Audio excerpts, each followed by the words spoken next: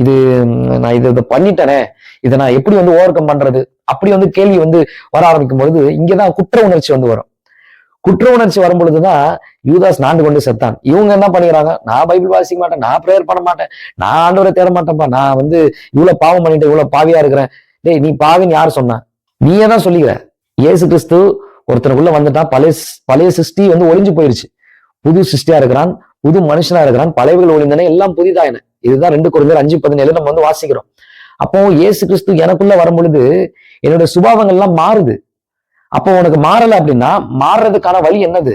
அதை யோசி. என்ன வழினா இயேசு கிறிஸ்துவை அறிவதே நித்திய ஜீவன். தேவனை அறிகிற அறிவில பெறுகிறது தான் நித்திய ஜீவன் வசனம் சொல்லுது. அப்போ தேவன் யார், அவர் எப்படிப்பட்டவர், அவருக்கு என்ன பிடிக்கும், அவர் எதெல்லாம் விரும்புறாரு, அவர் எப்படி குணாதிசயம் உடையவரா இருக்கிறார், இந்த பைபிள் எடுத்து வாசிக்கும் போது தான் நமக்கு வந்து தெரியும். இந்த பாத்ரூம்ல போனை எடுத்துட்டு போறதை அவாய்ட் பண்ணு, பழக்கத்தை மாத்து.